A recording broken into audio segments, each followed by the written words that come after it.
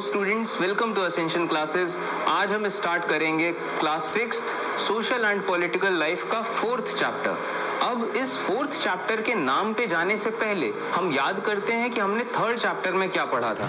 तो 3rd chapter था what is government. हमने देखा था कि दुनिया में जितने भी देश हैं, हर देश को एक सरकार की जरूरत होती है कि वो तमाम तरह के काम कर सके।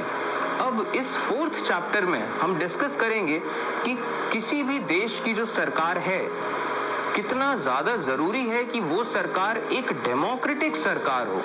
उस देश के लोगों की जिंदगी में क्या इफेक्ट पड़ता है अगर उस देश की सरकार एक डेमोक्रेटिक सरकार हो। तो इस 4th चैप्टर में हम डिस्कस करेंगे की एलिमेंट्स ऑफ डेमोक्रेटिक गवर्नमेंट्स, यानी कि जो सरकारें डेमोक्रेसी होती हैं उन सरकारों की खास बातें क्या होती हैं।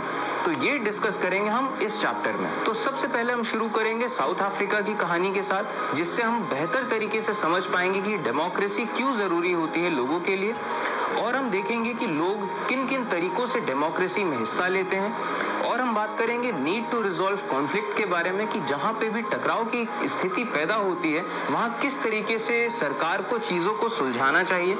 और हम देखेंगे इक्वालिटी और जस्टिस के बारे में। तो अब सबसे पहला सवाल उठता है कि ऐसा जरूरी क्यों है कि किसी भी देश की सरकार को डेमोक्रेसी होना चाहिए। तो इस चीज को समझने के लिए हम एग्जाम्पल लेंगे साउथ अफ्रीका का।